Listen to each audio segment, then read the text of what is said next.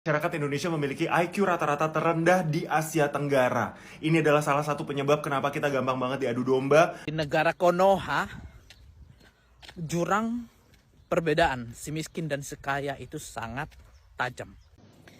Ini dia ciri-ciri negara itu akan maju. Assalamualaikum warahmatullahi wabarakatuh. Apa kabarnya sahabatku semua? Sebenarnya saya malas membahas tentang hal ini ya.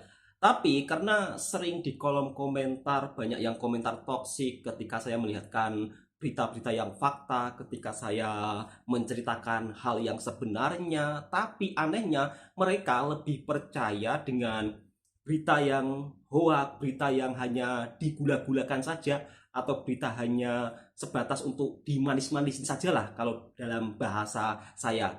Jadi mereka lebih percaya berita yang hoak, bohong, tapi beritanya itu seolah-olah hebat, seolah-olah maju, dan tidak mau menerima fakta sebenarnya. Ini sering kali ya saya menemukan di kolom komentar, dan ternyata terkait EQ orang Indonesia rata-rata itu jongkok. Ini yang berbicara konten kreator dari Indonesia ya, sampai dibahas seperti itu.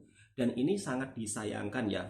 Saya berharap untuk sahabat-sahabatku daripada Indonesia ketika mencerna berita, ketika melihat informasi, harus bisa menalar ya, atau harus bisa membedakan mana yang hoak dan mana yang nyata. Sebenarnya jujur, saya amat-amat sangat tidak mau membahas ini. Tapi terkait berita yang saya sajikan di video selalu di komentar toksik, bahkan sering dibilang hoak, padahal itu fakta nyata. Mereka lebih percaya dengan konten-konten yang hoak, yang memuji-muji, yang seolah-olah hebat.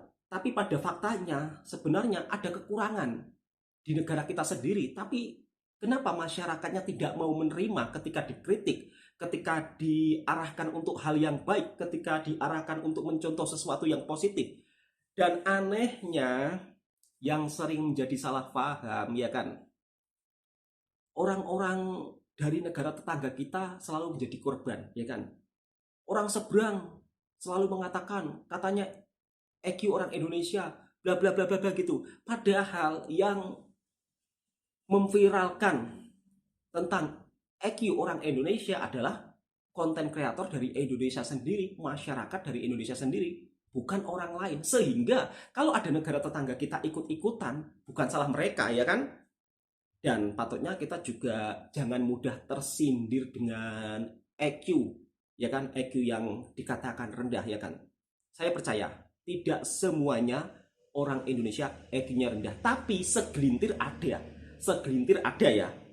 Dan tentunya kalau kita mendengar perkataan itu, EQ rendah, kita jangan langsung marah ya kan, langsung wah mana bisa saya, jangan langsung marah-marah seperti itu sahabat semua. Jadi kita harus introspeksi diri, kita harus senantiasa belajar ya kan. Apa sih, kenapa sih kok dikatakan seperti ini, apa iya? Jadi kita harus banyak lebih belajar daripada kita banyak marah-marah sahabatku semua. Dan seperti apa yang dibahas oleh konten kreator daripada Indonesia ketika membahas tentang EQ orang Indonesia itu jongkok se-Asia Tenggara. Saya melihat berita ini juga seolah-olah mau marah ya kan, mau marah, mau kesal. Tapi setelah saya menonton sampai selesai, ternyata saya sadar. Dan harap-harap sahabatku semua tonton sampai selesai dan jangan salah paham. Mari kita simak video berikutnya. Masyarakat Indonesia memiliki IQ rata-rata terendah di Asia Tenggara. Ini adalah salah satu penyebab kenapa kita gampang banget diadu domba, gampang banget dibikin berantem, gampang banget dipecah-pecahkan, dan juga diarahkan untuk mendukung sesuatu yang salah di Indonesia ini. Sumber fundamental masalah dari kenapa manusia Indonesia itu gampang banget diarahkan untuk memilih yang nepotisme, mengiya-iyakan KKN, dan nerimo-nerimo aja dengan apa yang sedang terjadi karena dibikin bingung, matanya diburemin, dan kupingnya ditutup. Itu adalah imbas dari IQ yang jongkok. Ada 3 sebabnya yang gue baca. Ini langsung dari PDF-nya, gue tidak mengada-ngada, gue tidak sedang spekulasi, gue tidak sedang menjatuhkan sebuah rezim. Kalau jatuh juga gak apa-apa sih. Kalau gue juga tidak sedang mengarahkan pikiran lo ke sana kemiri, tapi gue mau memetakan masalah utamanya. Gue mau memetakan gimana caranya bikin nalar lo itu jalan dan naluri lo itu tergugah. Disclaimer dulu, gue bukan seorang ahli politik, bukan ahli tata negara, dan gue bukan ahli segala macam perdebatan di dalam pemerintahan. Gue hanya rakyat biasa yang punya nalar. Nalar gue di atas 78. Gue juga disclaimer bahwa gue tidak melakukan spekulasi apapun terhadap masa depan. Iya, Tapi Mas. gue memetakan apa yang sudah terjadi dan sudah keluar di semua berita nasional. Yang ketiga, gue menyuarakan suara rakyat yang ada di sekitar gue dan merasa tidak nyaman dan merasa bahwa pemuda hanya diam saja. Disclaimer. Masalahnya dari Aceh sampai Papua, semua masalahnya itu kesinambungan atau punya satu kesatuan. Mulai dari RUU penyiaran, RUU Dwifungsi TNI yang dibangkitkan kembali dari Orde Baru, sampai semua izin-izin resmi soal pertambangan dikelola oleh Ormas dan izin-izin Freeport untuk dihabiskan sehabis-habisnya. Itu semua ada kesinambungan. Dan lo nggak even nyadar. Itu sebabnya karena IQ lo jongkok. Kalau mau terdidik dengan baik, ini sudah jelas dari NBC News ya, bahwa IQ negara berkembang itu memang drop, dan apa saja imbasnya gue jelaskan satu persatu. Oke, yang pertama, nalar. Kalau lo sering nyebut-nyebut, di luar Nurul, nggak habis fikri. Nalar itu adalah koneksi antara A dan B itu ada hubungannya. Contoh misalnya, keputusan Presiden A itu berimbas pada B. Orang Indonesia itu nggak bisa koneksiin. Ya, apa yang terjadi, apa yang sudah dikeluarkan statement oleh seseorang, yang C menjadi apa. Contoh misalnya, sudah terjadi BUMN, banyak banget yang bangkrut mulai tahun 2021 dan 2024 mostly akan ditutup. Sedangkan Indonesia mengelola aset BUMN itu adalah aset negara yang milik hajat hidup orang banyak. Kenapa bangkrut semua? Berarti orang Indonesia juga nggak bisa ngelihat bahwa nalarnya itu ada kesalahan dari Kementerian Keuangan ataupun dari Kementerian BUMN. Iya nggak? Orang-orangnya tetap dipuja-puja, jadi kayak nggak ada kesambungannya gitu. Itu adalah indikasi dari IQ rendah. Contoh misalnya, nyokap lo lagi masak rendang. Ya jelas dong, imbasnya adalah kamar kita jadi bau rendang. Nah, ngelihatnya adalah outputnya cuma bau rendangnya doang. Ih, bau rendang nih dari langit, gimana sih? Yang harus disalahkan siapa? Nyokap lo yang masak, kenapa pintunya dibuka? Nah, pintunya dibuka salah siapa? Salah lo apa salah nyokap lo? Yang salah yang masak rendang, apa yang nutup pintu, atau yang baunya sampai ke kamar lo? Nah, itu nggak bisa dinalar. Itu adalah indikasi IQ jongkok. Kalau lo masih belum bisa nalar bahwa 3% yang diambil untuk tapera, ya yang tapera sendiri belum dikembalikan kepada para iurannya, itu kalau tapera diambil itu tujuannya buat apa? Buat ngambil kas negara. Kalau lo belum nyambung, berarti IQ lo di bawah 78. Indikasi kedua, IQ yang jongkok itu tidak bisa mengekstrapolasi situasi. Contoh, ini kalau lo tes IQ, lo dibilang ya oke, 2, 4, 6, 8, 10, 12, itu tuh apa artinya? Polanya adalah kelipatan 2. Ya, 3, 6, 9 itu kelipatan 3. Terus ada yang maju mundur naik turun, ya kan? Lo suka dites kayak gitu kan? Itu namanya mengekstrapolasi pola repetisi yang ada, kita bisa alokasikan gitu. Maksudnya kita mengerti bahwa oh, kalau lo nyolong duit 1.000, pasti dia bisa nyolong duit 10.000. Gitu. Misalnya hari ini sedang membablaskan MK konstitusi yang disepakati oleh rakyat banyak, dibablaskan oleh keputusan MK yang memperbolehkan seseorang itu di bawah umur 40 bisa jadi calon wapres. Gitu ya. Itu orang Indonesia nggak bisa connect bahwa oh nantinya ada proyek-proyek lain, ada situasi-situasi lain yang bisa dibabat juga konstitusinya, bisa dirubah-rubah juga. Nah itu tuh nggak nyambung, tidak melihat pola. Sedangkan kita tahu ya, contoh misalkan kita punya karyawan itu nyolong 50.000, itu dimaafkan dengan SP1. Tetapi ekstrapolasinya adalah nih orang udah berani nyolong, kemungkinan besar attitude-nya akan menyolong hal yang besar. Karena yang kecil bila dibiarkan akan menjadi besar. Kalau itu tidak terjadi koneksi antara itu, berarti nalar IQ lo jongkok. Kalau seseorang sekali selingkuh, apakah dia tidak akan selingkuh lagi di dalam pekerjaannya, atau dia tidak akan selingkuh lagi pada prinsip-prinsip lainnya? Jelas bahwa kalau IQ-nya nyambung, itu pasti, oh kemungkinan bisa dia seperti ini ya. Itu bukan suuzon, itu namanya nalar untuk mengerti ekstrapolasi. Sama juga kalau untung, misalkan kita untung bikin nasi goreng dengan teknik yang seperti ini. Oh, artinya berarti kalau misalkan kalau yang makan makanan saya itu suka asin dan gurih. Kita ulang lagi yuk di tempat lain yang asin dan gurih. Kita tambahkan ini. Jadi kita mengulang pola itu, pola kesuksesan, juga dengan pola korupsi dan juga dengan pola nepotisme. Kalau pola itu diulang terus, baru namanya jahat. Lebih jahat lagi, yang dibodoh-bodohi tetap ngebelain. Dan yang paling gong, orang yang IQ-nya rendah, masyarakat yang IQ-nya rendah itu tidak bisa membedakan yang mana yang misinformation atau sedang dibodohi, yang mana yang asli dan beneran. Ini lebih bahaya lagi, pemirsa insert yang budiman. Tolong banget dimengerti, ketika lo dipaparkan sama informasi tertentu, lo harus bertanya, apakah informasi itu benar atau enggak? Kau nggak kenapa? Karena yang IQ-nya jongkok harus merasa pintar dengan informasi yang dipaparkan di depan matanya saja, tanpa mengkoneksi nalar, tanpa mengekstrapolasi. Jadi ini yang paling benar aja. Jadi siapa yang menang? Siapa yang bisa masuk ke TikTok lo? Siapa yang bisa masuk ke screen time lo? Lewat artis-artis besar, artis-artis yang mau jadi kepala daerah di Jawa Tengah misalnya, dia masukin semua buzzer-buzzer dan lo langsung percaya. Itu contoh dari IQ jongkok. Misinformation tapi menjadi dipercaya. Coba lo bayangin, lo percaya sama dukun yang keluar kesurupan tiba-tiba keluarkan Indonesia akan dipimpin oleh anak muda gitu. Terus lo percaya sama dukun itu. Kumaha deui? Contoh dari IQ jongkok. Semuanya udah gue paparkan ya di sini tiga-tiganya. Ini datanya ada. Lo bisa cek di nbc.com. Gue tidak mengadi-ngadi, tapi gue tahu banget bahwa masyarakat di sekitar gue, termasuk netizen yang bakal komentar di sini, banyak banget yang jongkok, yang udah teriak-teriak gue kayak gini, tetap nggak bisa nalar. Karena pada dasarnya emang common sense itu udah nggak common lagi. Yang dimengerti secara konsensus itu sudah tidak konstituen lagi. Ya gimana caranya untuk bisa mengajarkan rakyat Indonesia? Semuanya pengennya diperintah oleh yang sok pintar, dan karena jiwanya adalah jiwa feodal.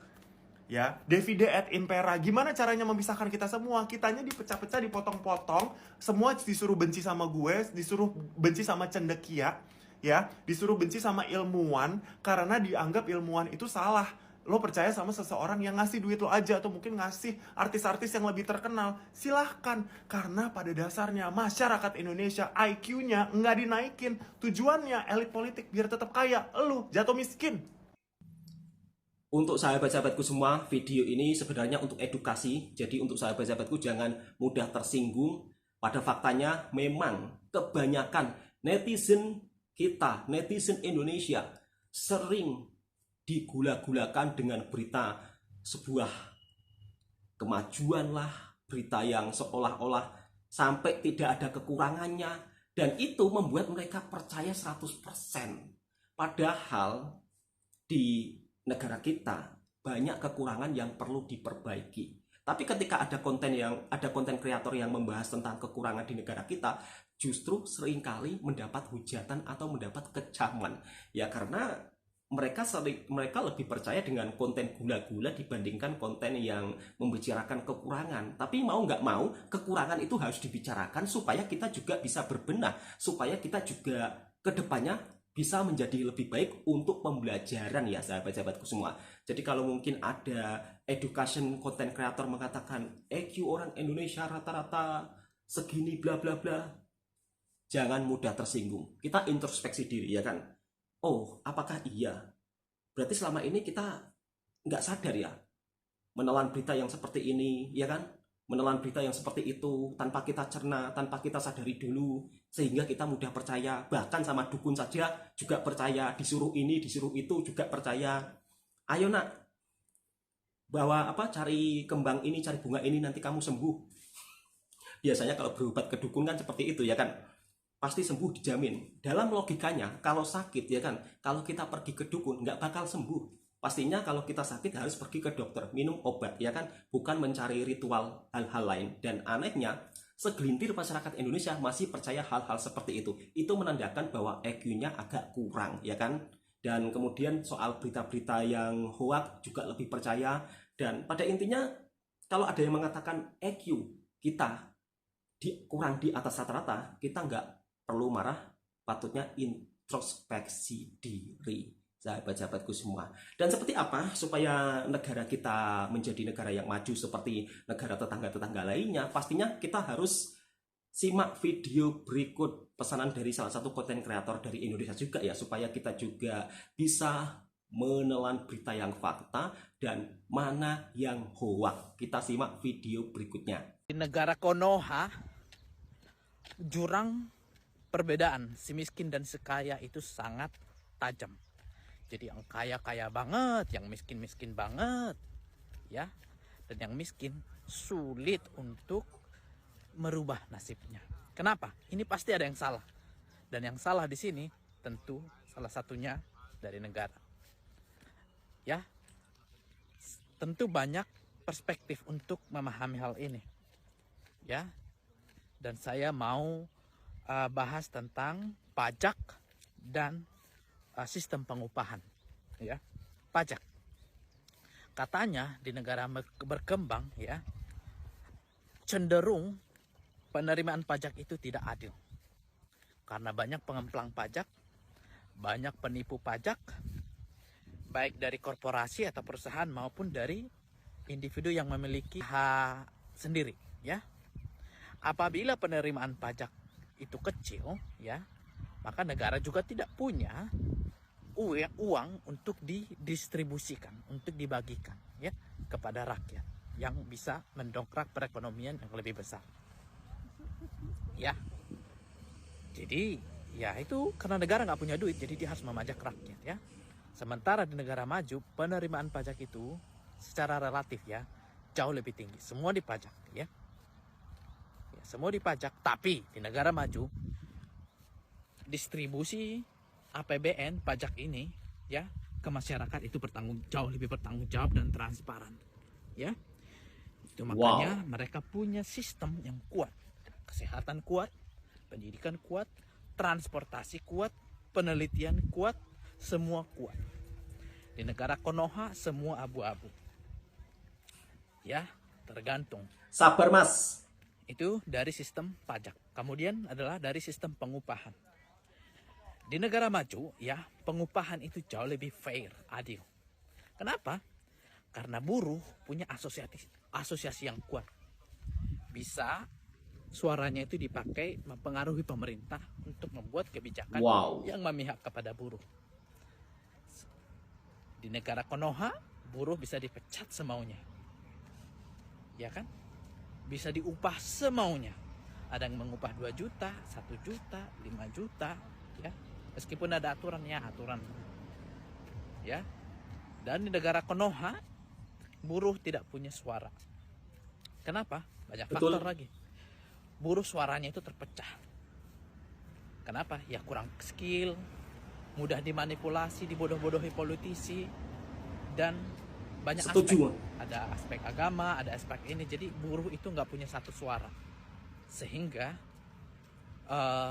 pengaruh mereka kepada pemerintah itu kecil, ya, kira-kira seperti itu. Jadi kalau mau orang kaya itu berkontribusi kepada rakyat, seharusnya dipajak lebih tinggi sih.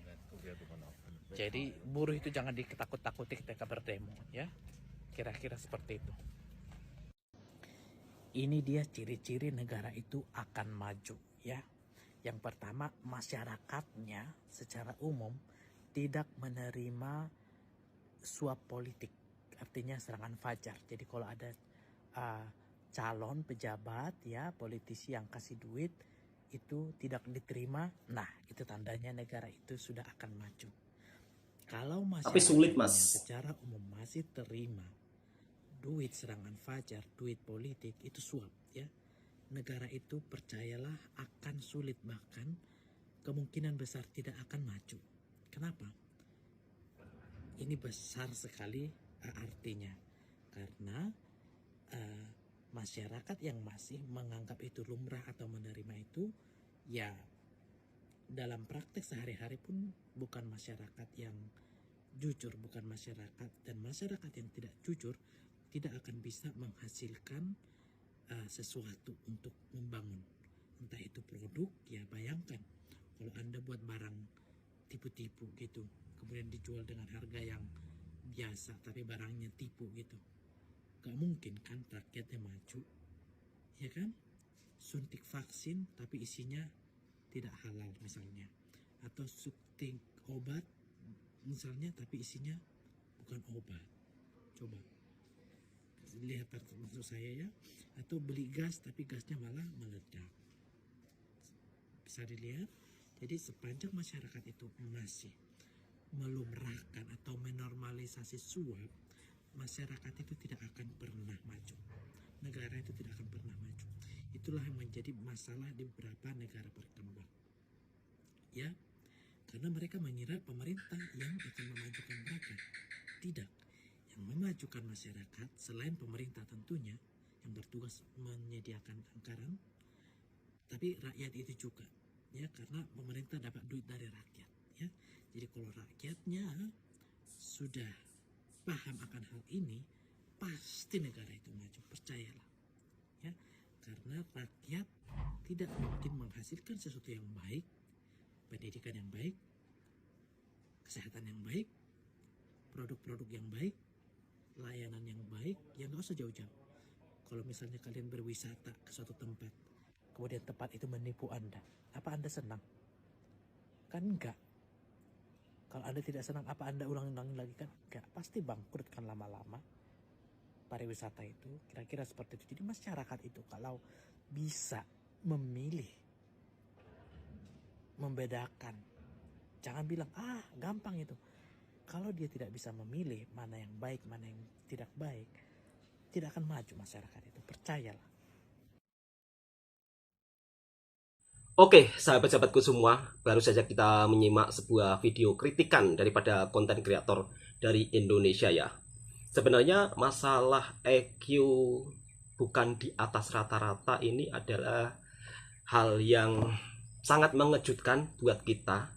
Tapi pada faktanya memang orang kita mudah dibohongi dengan berita-berita hoak, mudah diarahkan ke berita-berita yang dinalar tidak sesuai fakta. Kenyataannya seperti itu rata-rata ya. Apalagi kalau untuk netizen-netizen di media sosial.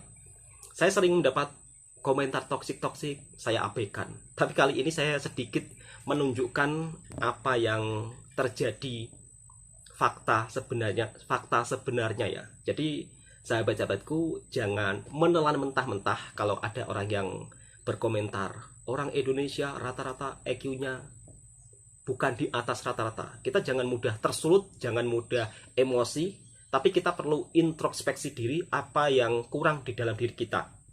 Jangan mudah marah-marah ya kan, langsung marah-marahi konten kreatornya. Padahal video tadi itu adalah video edukasi. Jadi kita juga harus bisa membedakan. Jangan kalian tiba-tiba terus menyerang si konten kreator tersebut, wah ini merendahkan orang Indo nih. Bukan. Tujuannya sangat baik, supaya kita biar lebih berpikir dengan secara nalar. Kira-kira seperti itu ya sahabatku semua. Dan tentunya faktor mempengaruhi EQ kita kurang atau tidak di atas rata-rata adalah masalah pendidikan. Jadi saya berharap semoga pendidikan di Indonesia kedepannya menjadi lebih baik, supaya masyarakatnya juga tidak mudah dibohongi dan bisa menjadi cerdas semua dan menjadi sebuah negara yang maju. Oke sahabat-sahabatku, saya tidak banyak berkomentar lebih-lebih. Nanti kalau saya berbicara banyak, jadinya sahabat-sahabatku salah paham. Dan pada intinya, saya berharap dari pihak pemerintahan juga bisa bekerja sebaik-baik mungkin soal pendidikan. Dan harapan saya mudah-mudahan semakin ke depan, tahun semakin bertambah, harapan saya pendidikan di Indonesia semakin berkualitas. Karena pada dasarnya, kalau kita melihat fakta sahabat-sahabatku semua, kita ini sering digula-gulakan oleh berita-berita yang kadang-kadang di luar nalar. Misal kata, sekarang kan beritanya yang lagi viral, Indonesia 2045 menuju emas. Indonesia 2045 akan semakin maju. Tapi pada dasarnya, pada faktanya, kita melihat sendiri untuk saat ini, dari mulai susahnya mencari pekerjaan, dari mulai investor tidak melirik Indonesia, apakah di tahun 2045 nanti akan bisa menjadi maju bener, bisa menjadi negara emas betulan, atau akan terbalik menjadi cemas. Kalau kita lihat dari segi gambaran sekarang, faktanya masih banyak kekurangan. Dan harapan saya tentunya juga ingin negara saya maju, bukan tak ingin negara saya tidak maju, ya kan? Pastinya setiap warga negara ingin negaranya maju, tapi kalau kita lihat dari segi saat ini, nampaknya agak berat. Oke, cukup sampai di sini sahabat-sahabatku. Semoga video ini juga bisa bermanfaat untuk sahabat-sahabatku semua. Dan tentunya bila ada orang yang ikut-ikutan mengatakan IQ orang Indonesia kurang di atas rata-rata, sebenarnya bukan salah mereka ya. Ya karena kita bisa melihat sendiri banyak konten kreator yang membahas tentang IQ orang Indonesia kurang di atas rata-rata. Jadi jangan salahkan orang yang ikut-ikutan, tapi kita harus introspeksi diri kepada diri kita masing-masing supaya kita berbenah menjadi lebih baik dan tentunya menjadi orang yang ber-IQ di atas rata-rata.